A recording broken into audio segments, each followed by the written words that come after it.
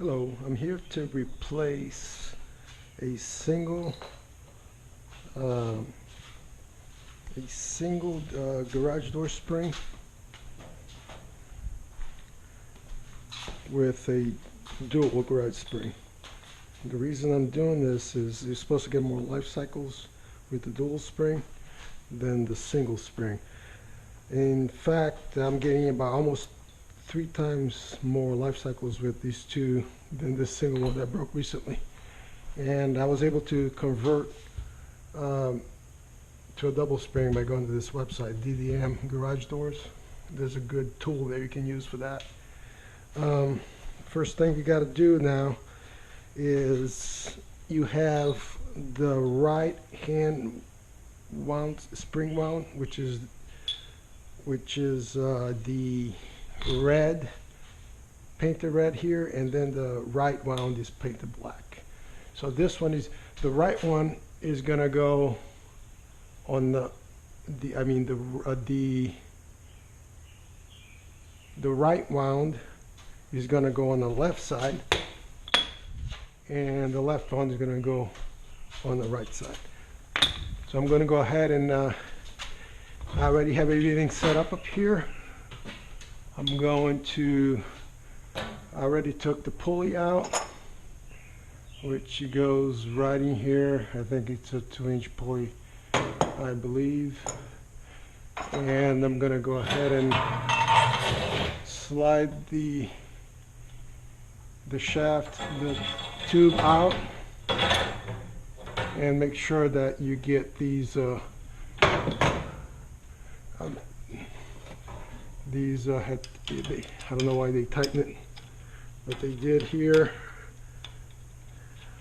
Let me go ahead, I guess they didn't want to lose those, so they loosened them up. I'm going to loosen them up and see if I can get it to go through. Okay, now that I got the right hand wound spring on the left side, I'm going to go ahead and put the pulley, the drum in there, and stick the tube in through the bearing. And I'm going to go ahead and do the other side.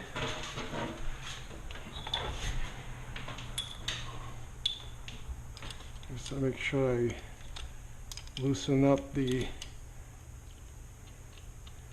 locking screws, as you can see here, so it clears the tube for going, so it can go through.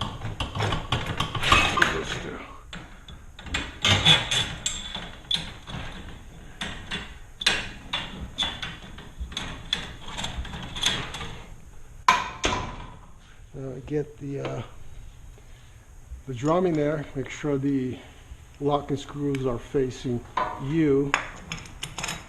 Then stick that through the bearing, right, like so, and slide the spring to butt up against the bracket in the center. Again, make sure the black, which is just the left wound spring, which is colored black here, that goes on the right side. So it's the opposite. Go on the right side of the garage, and the right wound spring goes on the left side. So let's go ahead and do this side, and let's go ahead and there is a little insert here that you're gonna insert it over there, and then let's see, then you're gonna go ahead and butt those two against each other like so. And you're going to go ahead and put the fasteners through both of them,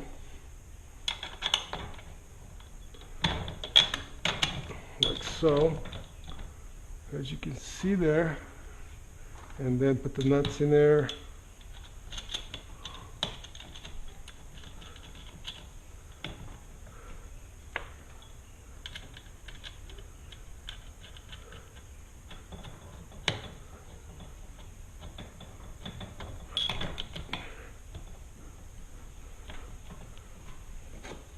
You're gonna need two wrenches for that.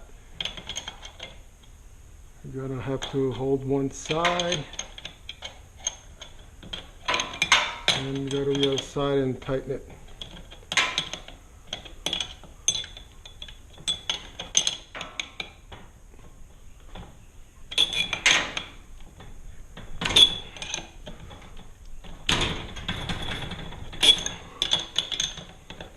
Same thing with the top.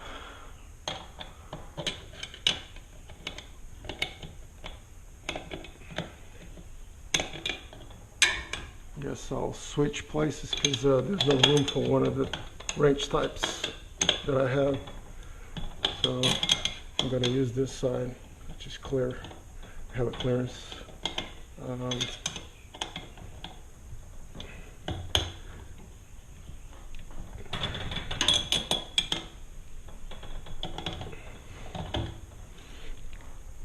Sure it's nice and tight. And this one should be nice and tight too. I just want to make sure I'll give it another turn.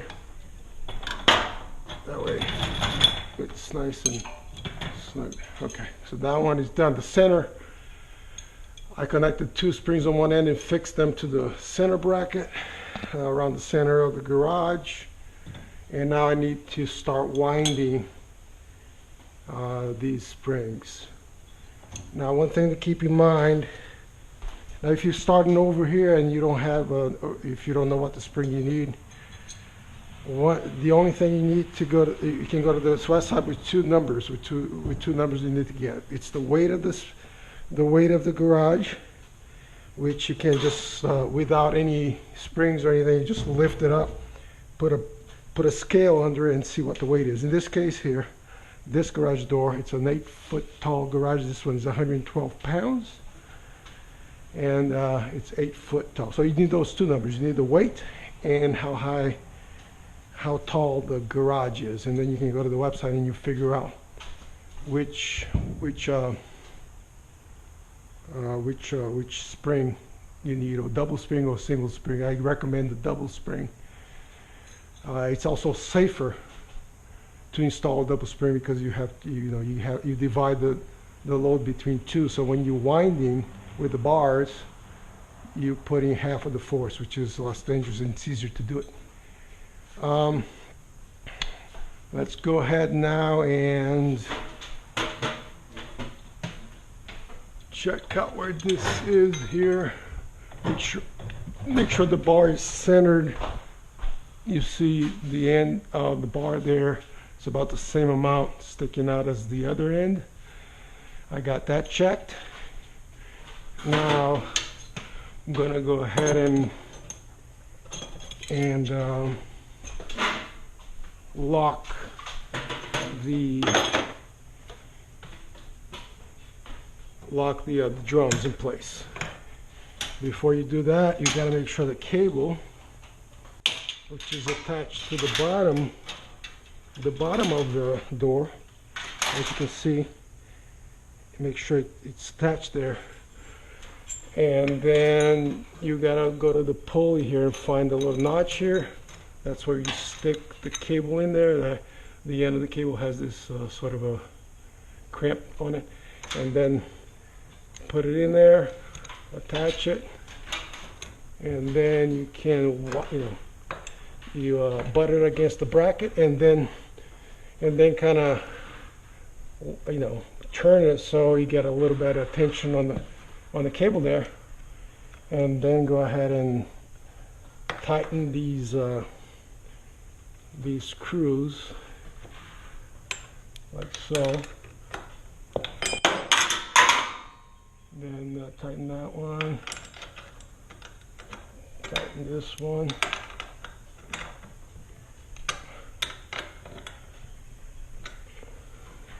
So you're also going to do the other side now. You're going to need a vice grip to help you do this here. So you're going to do this one, and as you can see, you're going to turn this clockwise, and then you have some tension on the other side. Then you get this vice grip put it against the drywall and tighten it, that way it won't turn. And now you get the other table,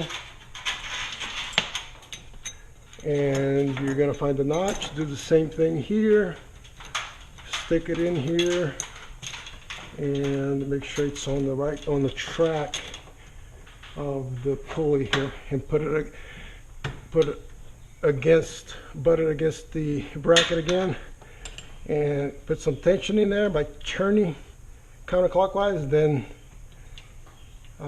tighten these here, these two fasteners.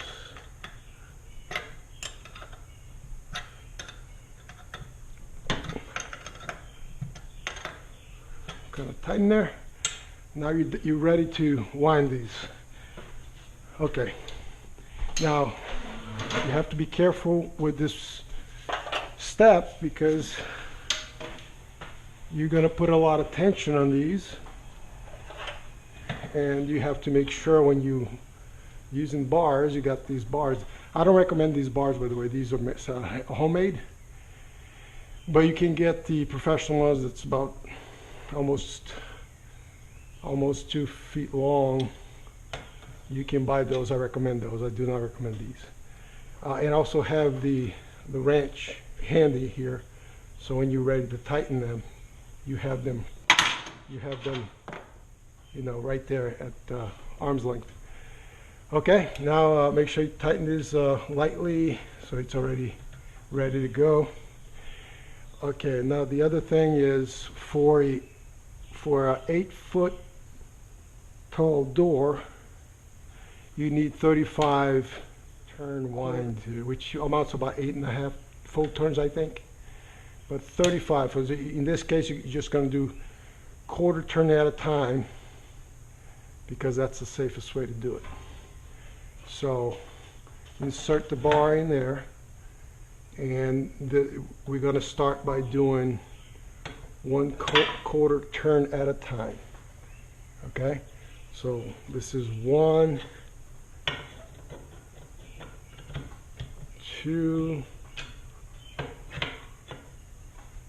3, 4. I dropped it, so I'm going to go ahead and grab it. It is safe to rest it against this piece here if you need to pause.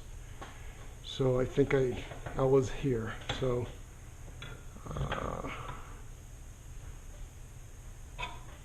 let me go ahead and kind of start it again. Okay, so I'm going to start again. So this is 1, 2 quarter turns, 3 quarter turns, 4 quarter turns, 5, 6, 7, 8,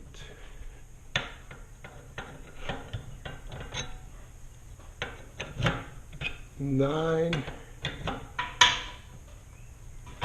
10. As you turn, obviously it's getting tighter, and you can take a break if you can rest here. Make sure that the entire piece goes through and bottoms out there, because you don't want the situation where you don't put it all the way through and it could snap, and that could be dangerous. And obviously, as you're turning this, your head is out of the way, out of that plane of turn. So if something happens, you won't hit your head. So I stopped at 10. Now I'm going to continue. 11, 12, 13, 14, 15, 16, 17, 18, 19, 20. Okay, we are at 20, and I can tell you that it's a lot easier to turn when you're using 2 double springs. When I changed the single spring in the past 10 years ago, it gets really hard after you get to the 20 quarter turn, but as of now 20 is still easy, pretty easy for me. So let's continue. 21, 22, 23, 24, 25, 26, 27, 28, 29, 30. Okay, that's the 30 mark, so I need 5 more. So let's do the 5. 31, 32, 33, 34, 35. Okay, now that we got the 35, we're going to go ahead and tighten these and make sure it's nice and tight.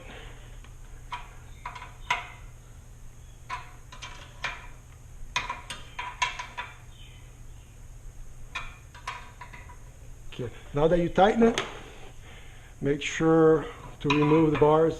Just slowly let it go. Okay, looks like it's nice and secured now. I still have, I'm gonna take these vice grip out of this side here. Looks like we got the half of the tension there.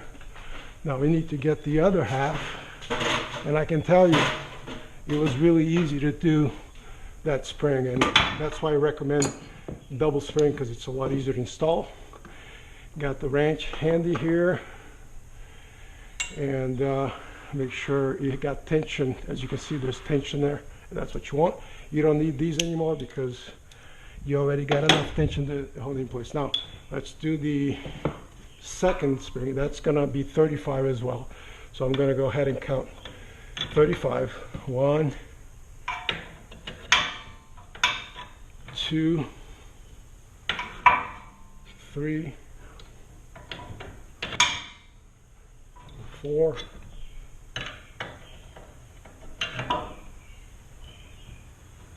5, 6, 7, 8,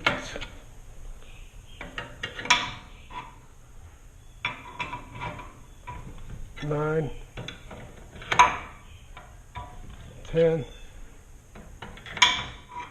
11, 12,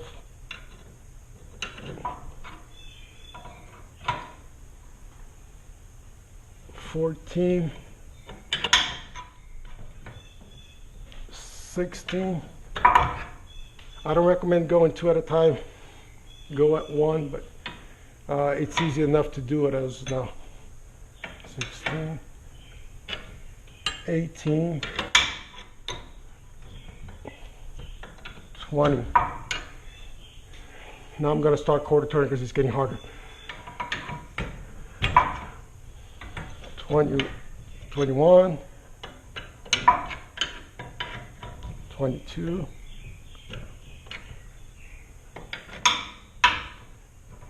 23,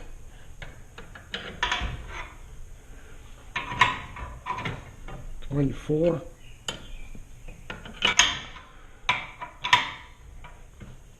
25, 26, 27, 28, 29, 30, 31, 32,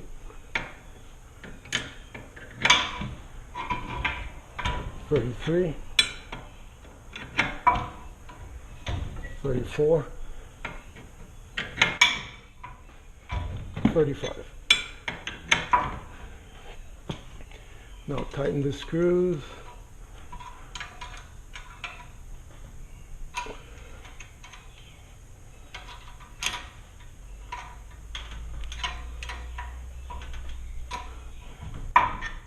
let it go. And that should do it. Let's go ahead and test it.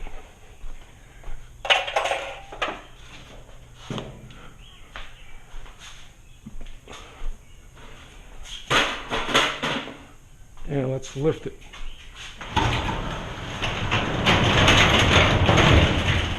Looks like it's working.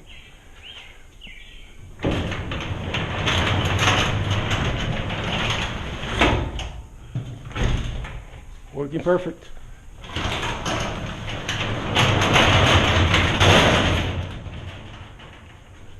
It's actually quite nice.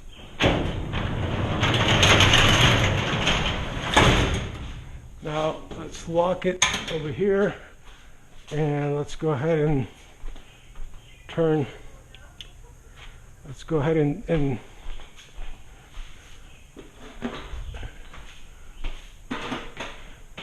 connect the garage opener back in power there. And let's try it.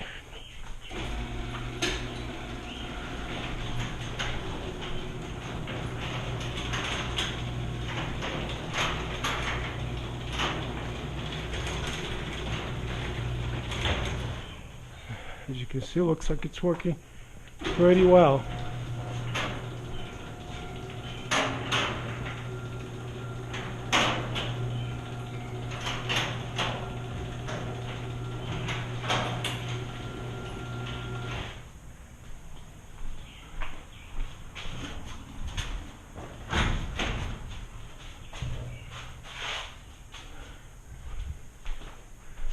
Well, I can tell you it's working actually smoother than with the single spring. So I'm very happy with it. Anyway, thanks for watching. And again, now if you need to convert your spring system, garage door spring system, to dual springs, just go to this website and do that, and I can tell you, you'll get about almost 3 times the life, and you don't have to deal with changing springs every 10 years. In this case, I will get at least 20 years, hopefully 25 years maybe. But and also the other important aspect of too is that it's a lot easier to install. As you can see, I didn't put that much force to install these springs, using handmade short rod bars. If you buy the professional bars, it's about almost 2 feet long. This is going to be a piece of cake. And as long as you focus, make sure you focus on your winding, counting, and making sure the rod ends are inserted correctly into the hole all the way through. Don't lose focus, and don't lose count, and keep your head out of the way. Use goggles, safety goggles, and just be focused, and you know, because you don't want that rod to go loose and hit somebody, or hit, you know, even if you hit your hand or arm, it could break your arm or could cause a bad cut. So thanks for watching, and I'm going to put some of the information where to get